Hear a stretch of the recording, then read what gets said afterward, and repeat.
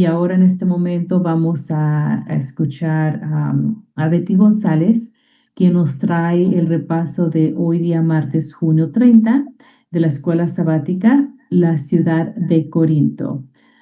Betty, buenos días. Buenos días, Erika. Qué El bueno estar tiempo es juntos. tuyo. Muchas gracias. Vamos a orar primeramente. Querido Padre, gracias por que eres amoroso. Gracias por esto que hemos escuchado, porque quieres nuestro bienestar integral, físico, emocional y espiritual. Por eso ahora que vamos a estudiar la lección de escuela sabática del día de hoy, necesitamos, por supuesto, que tú seas nuestro maestro y que tu Espíritu Santo nos dé entendimiento para que apliquemos a nuestras vidas cotidianas lo que tú nos quieres enseñar. Quedamos enteramente entregados en tus brazos de amor y poder, en el nombre de Jesús. Amén. Esta semana y este trimestre que estamos comenzando, esta semana nos toca el ministerio de Pablo en Corinto. El trimestre, en estos 3 meses vamos a estudiar las 2 cartas de Pablo para los habitantes de esta ciudad, para la iglesia de Corinto. Y hoy nos toca aprender acerca de la ciudad, cómo era la ciudad de Corinto. Corinto era un importante centro del mundo antiguo, famoso por su próspero comercio. La ciudad fue arrasada por Roma en el año 146 a.C. Posteriormente, Julio César envió una colonia de veteranos y hombres libres en el año 46 a.C.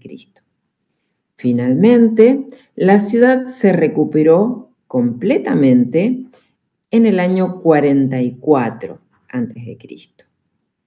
Cuando Pablo la visitó, ya era un importante centro comercial.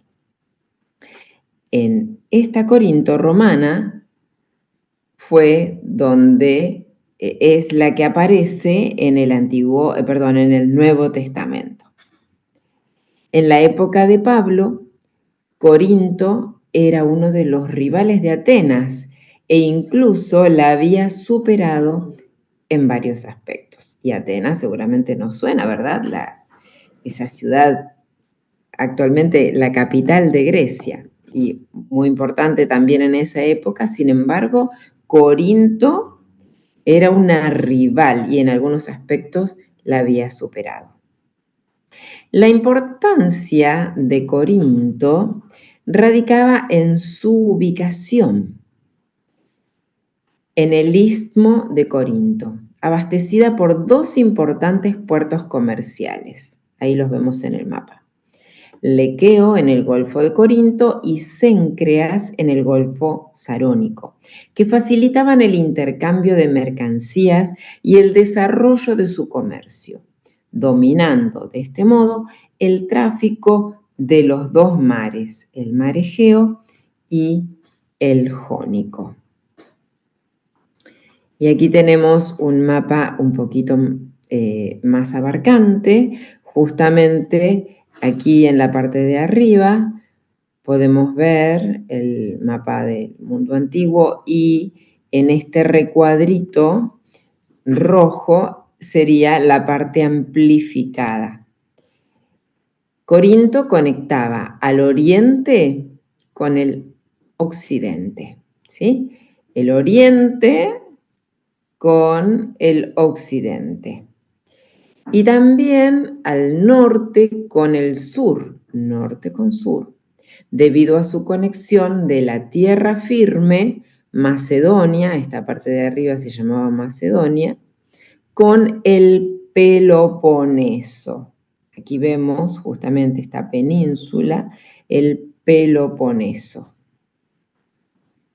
La ciudad de Corinto era acaudalada, cosmopolita, o sea, con muchas culturas, de personas de distintos orígenes, y también una ciudad inmoral. Así que Ahora que vamos a ir viendo características de la ciudad de Corinto, que esto nos ayude a no solo poder aprender cómo era esta ciudad a la cual Pablo le escribió estas dos cartas, sino también vayamos viendo las características de Corinto para ver si las características de nuestro mundo actual, de los lugares donde vivimos, coinciden en algo. Corinto era acaudalada, cosmopolita e inmoral. Las sectas corintias de Afrodita y del Fenique ateniense, ambas de origen fenicio, existían allí. Ellas eran deidades paganas prominentes. Afrodita era el nombre griego de la diosa que los romanos adoraban como Venus, la diosa de la lujuria y el placer carnal. Para celebrar los ritos de Afrodita, los corintios practicaban actos vergonzosos. Tan escandalosa era la inmoralidad corintia que por todas partes del mundo de habla griega, si los hombres y las mujeres se comportaban de una manera obscena, lo peor que se les podía decir era que se portaban como los corintios. De hecho, usaban con la palabra Corinto, habían hecho un verbo, corintianizar, que justamente tenía que ver con la inmoralidad sexual. Corinto era la ciudad más viciosa en el mundo romano. Era la capital de la provincia de Acaya. Era una ciudad sobresaliente de Grecia, cuya población era de unas 700.000 personas en el tiempo de Pablo. Su población era mixta, romanos, griegos y judíos. Por eso justamente era una ciudad cosmopolita. Aquí en este otro mapa, justamente vemos aquí está Corinto, ¿verdad? Vemos Atenas, aquí a la derecha, y justamente vemos el continente, el istmo que unía el continente con la península del Peloponeso, donde estaba Corinto. Corinto estaba situada en el sur de Grecia, en un istmo entre dos golfos conectando el Peloponeso y la tierra firme, a unos 64 kilómetros de Atenas. Su fortaleza llamada Acrocorinto estaba construida sobre las rocas 614 metros sobre el nivel del mar. Y saber esto nos ayuda a entender por qué Pablo eligió Corinto. Por su importancia y su ventajosa ubicación geográfica. Así se presentó una oportunidad para la difusión del Evangelio. Ya vimos que estaba conectada con el norte, con el sur, con el este y el oeste.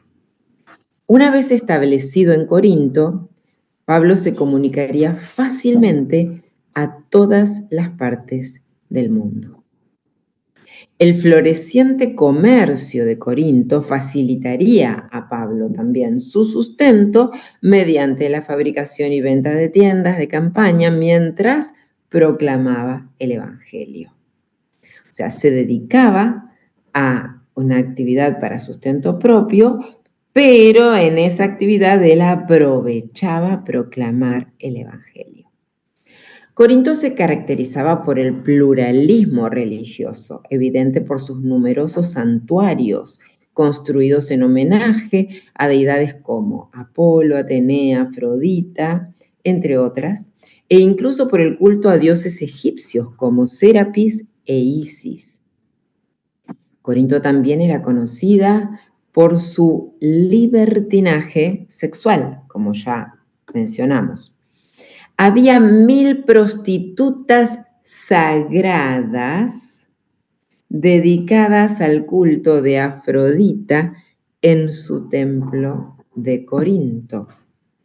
O sea, la religión implicaba estas orgías. Y pensaba mientras escuchaba a la licenciada Damaris, justamente en esas orgías también tuvo un desborde alimentario, un desborde, todo en el nombre de la religión. La idolatría y la inmoralidad formaban parte de la vida cotidiana. Gran parte de los mensajes de Pablo a los Corintios intenta erradicar estos problemas que estaban introduciéndose en la iglesia.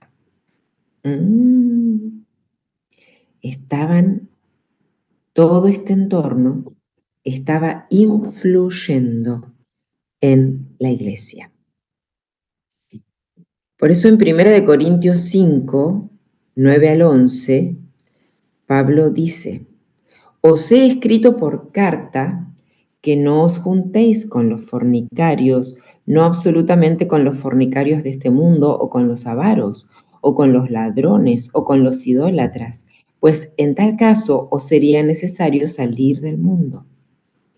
Más bien os escribí que no os juntéis con ninguno que, y escuchemos esto, llamándose hermano, siendo parte de la iglesia y llamándose hermano, fuere fornicario o avaro o idólatra o malediciente o borracho o ladrón. Con el tal ni aun comáis. Entonces tenemos que hacer acepción de personas. Veamos lo que nos dice Elena en 2 citas. Una está en los lugares, en el libro En los lugares celestiales, y dice así: el pecado no es objeto del amor de Dios, sino de su odio. Pero atención, Dios ama al pecador y se compadece de él. Los descarriados hijos e hijas de Adán son los hijos de la redención de Dios. Dios, por ser pecadores, no nos descarta, ni a vos, ni a mí, ni a las personas idólatras, fornicarias y todo lo que dice este versículo. No los descarta Dios, los quiere redimir. Mediante la dádiva de su Hijo les ha revelado su infinito amor e infinita misericordia. Cuando Pablo dice, ni aun comáis con los que se dicen hermanos, pero son más del mundo que de Dios, que de Cristo, significa, no te juntes para practicar pecado con ellos. Pero por supuesto, necesitamos orar por ellos, amarlos y ser instrumentos en manos de Dios. Otra cita de Elena nos dice, gracias a Dios, hay una caridad que no se corromperá. Hay una sabiduría que viene de lo alto, que es, fíjate bien, dice Elena, primeramente pura, después pacífica y sin hipocresía.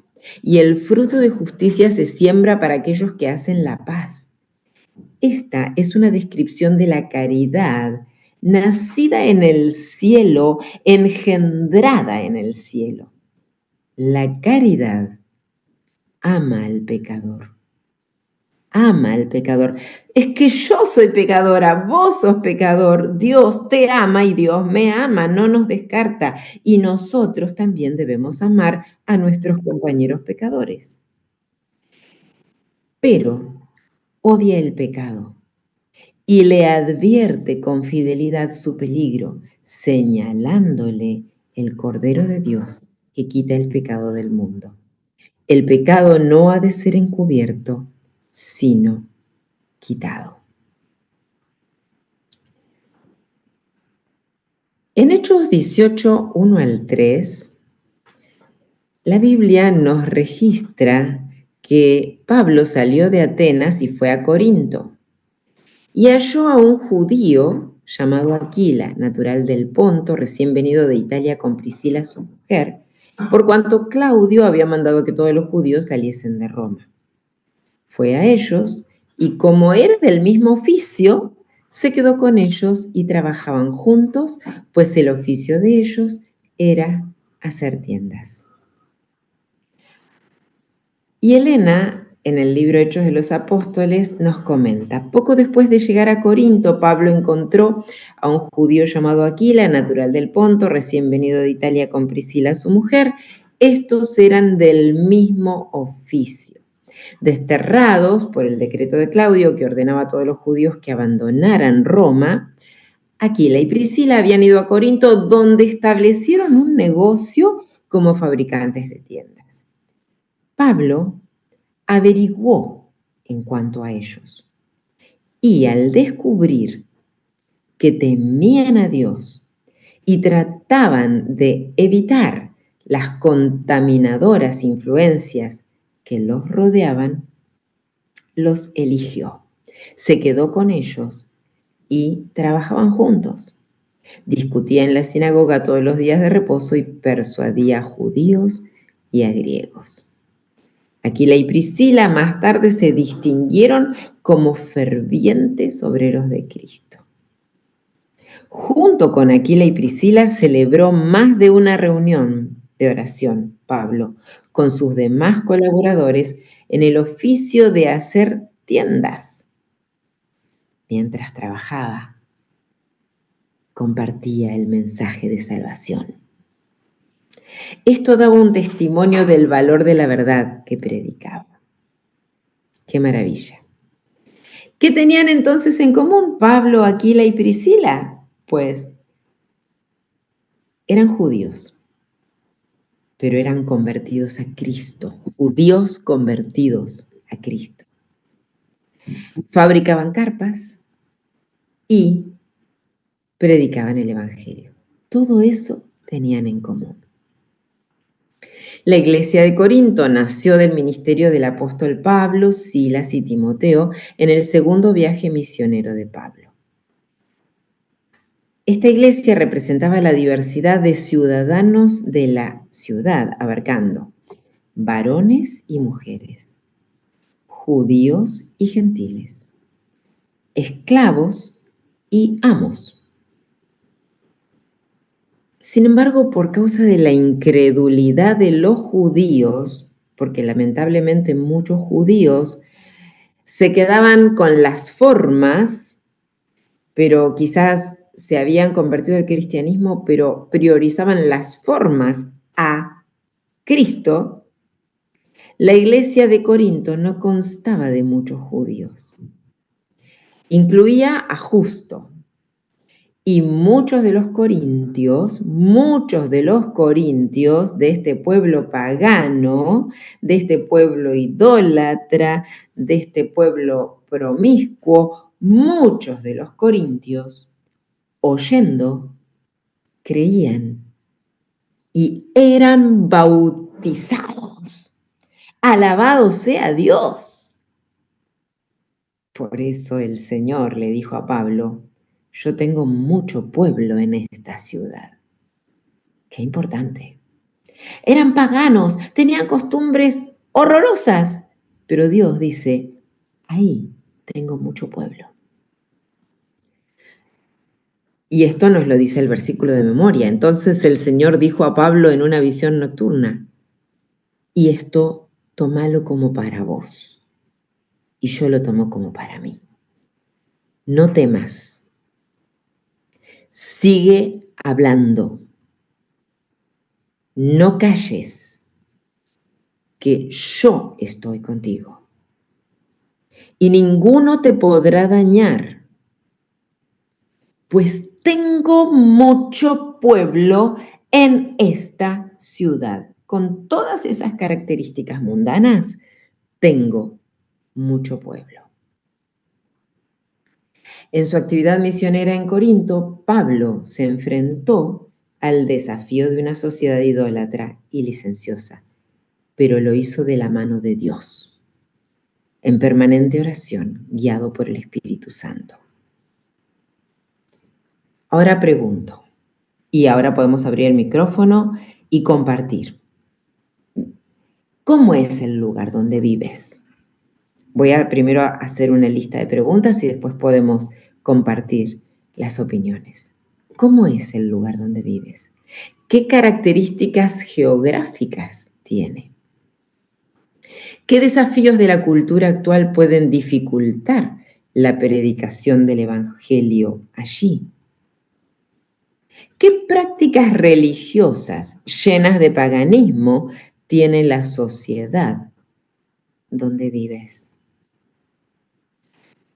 ¿Cómo podemos superar estas situaciones? ¿Será que Dios te está diciendo y me está diciendo, no temas, sigue hablando y no calles, que yo estoy contigo y ninguno te podrá dañar, pues tengo mucho pueblo en esta ciudad, en tu ciudad, en donde vos vivís? ¿Alguien quiere compartir algo de lo que estas preguntas nos disparen? Hola Betty, ¿cómo estás? Buen día, ¿qué tal? Bueno, más o menos no estoy muy bien, pero estoy escuchando de tempranito. Acá donde vivimos nosotros también más o menos pasa como en Corinto, porque hay gente de todo el país y vienen con distintas ideas, con distintas creencias, mucha superstición, mucha idolatría, muchas costumbres bastante paganas, digamos, es como Corinto, más o menos. Y yo hace muchos años que vivo acá y hace 35 años que vengo predicando. Y no hay mucha respuesta, pero no sigo de predicar, ¿no? No dejo de compartir el evangelio, de dar libros, de recibir a mi casa personas, ayudar. Amén, amén, Nosotros amén. tenemos que pedirle a Dios y seguir adelante, más allá de las personas que viven o piensan distintos, actúan Amén, distintos. amén. Vemos mucho vicio, mucho alcohol, muchas cosas que nosotros sabemos primero que no consumimos y después que sabemos que son dañinas para nuestra salud. Ujú. Y es difícil que ellos quieran dejarlo, ¿no? Quieran entender. Pero siempre algo les va quedando de lo que uno les habla. Y bueno, Y eso es creo yo. Dios, gracias, y es Dios el que nos llama a hablarles y el que nos empodera, el que pone los pensamientos, las palabras en nosotros y el que dice, aquí tengo pueblo mío. Así que Él es el que nos guía. Cuándo hablar, cómo actuar, qué actitud tener, ¿verdad? Cuando estabas hablando, Noemí, de las costumbres paganas, me vino a la mente, porque también en esa zona se usa mucho la bandera de la diversidad de género, ¿no? Ah, Esa sí, sí. bandera con multicolor. Qué cosa como el enemigo se encarga de distorsionar todo, porque hoy en día el arco iris es un símbolo de la diversidad de género, cuando Dios creó el arco iris como símbolo de la promesa de que no Sí, iba a haber otro diluvio. del mar diluvio, claro. Sí, Sin sí, cambian embargo, todo. claro, pero Dios nos llama a, en medio de este contexto social, ser instrumentos de su luz. ¿Alguna otra persona quiere hacer algún otro comentario? Gracias, Noemí.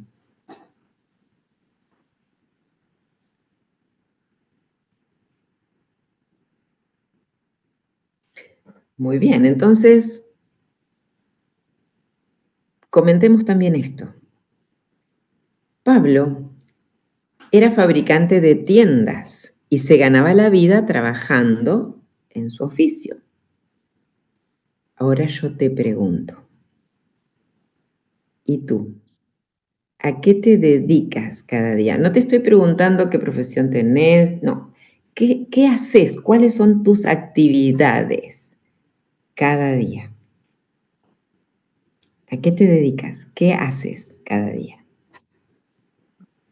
Mientras Pablo trabajaba fabricando tiendas, hablaba del Evangelio con aquellos con los cuales tenía trato y trajo a muchas almas del error a la verdad con amor.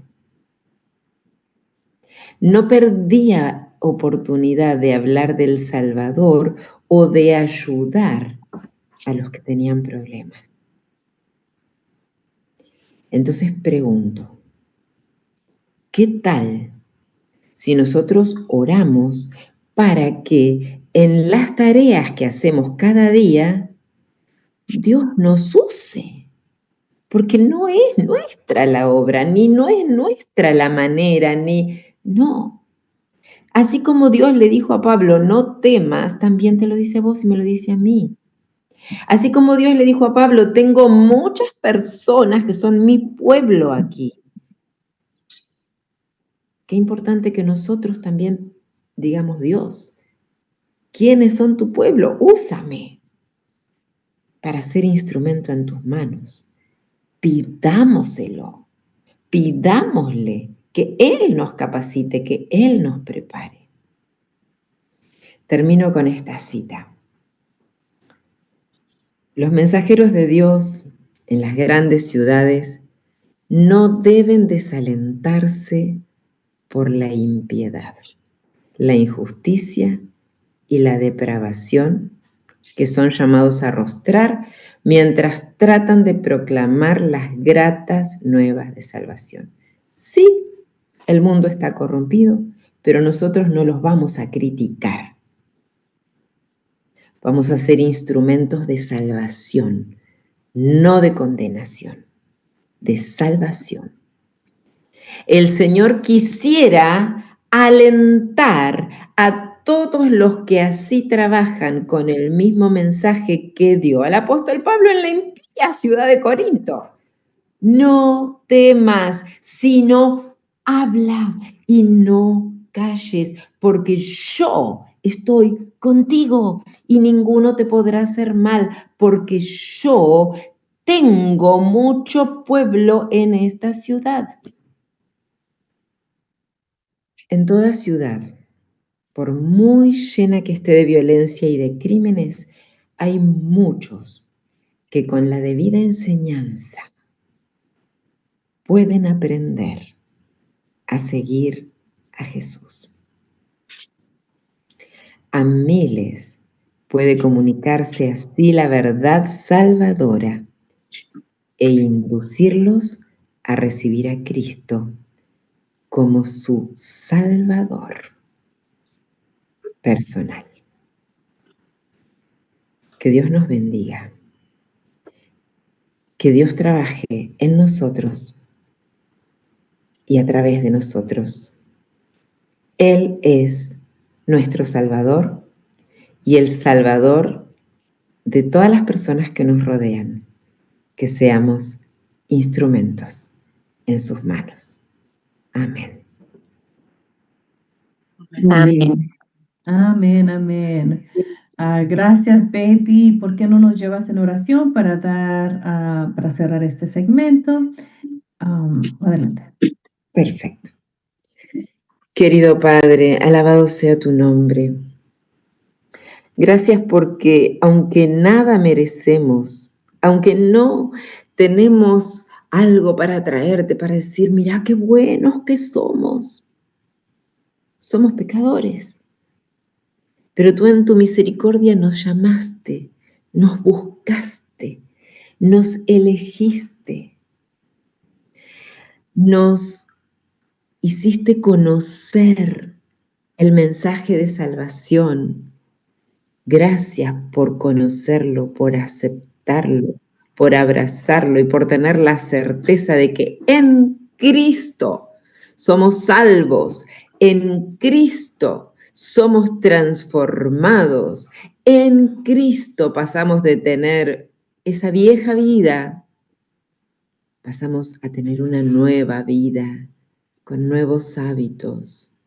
Así como escuchábamos en la primera parte, desde nuestra alimentación en todo, hábitos santificados por ti, porque tú eres nuestro Salvador, tú eres el que nos va transformando cada día. Y por eso, Padre, si nosotros hemos recibido esta gracia, ¿quiénes somos para despreciar a personas que todavía no te conocen, que no conocen tu poder salvador, que no conocen que en Cristo hay una nueva vida plena, abundante, hermosa? Y no solo una vida plena y abundante en el aquí y ahora, sino una vida espectacular por la eternidad.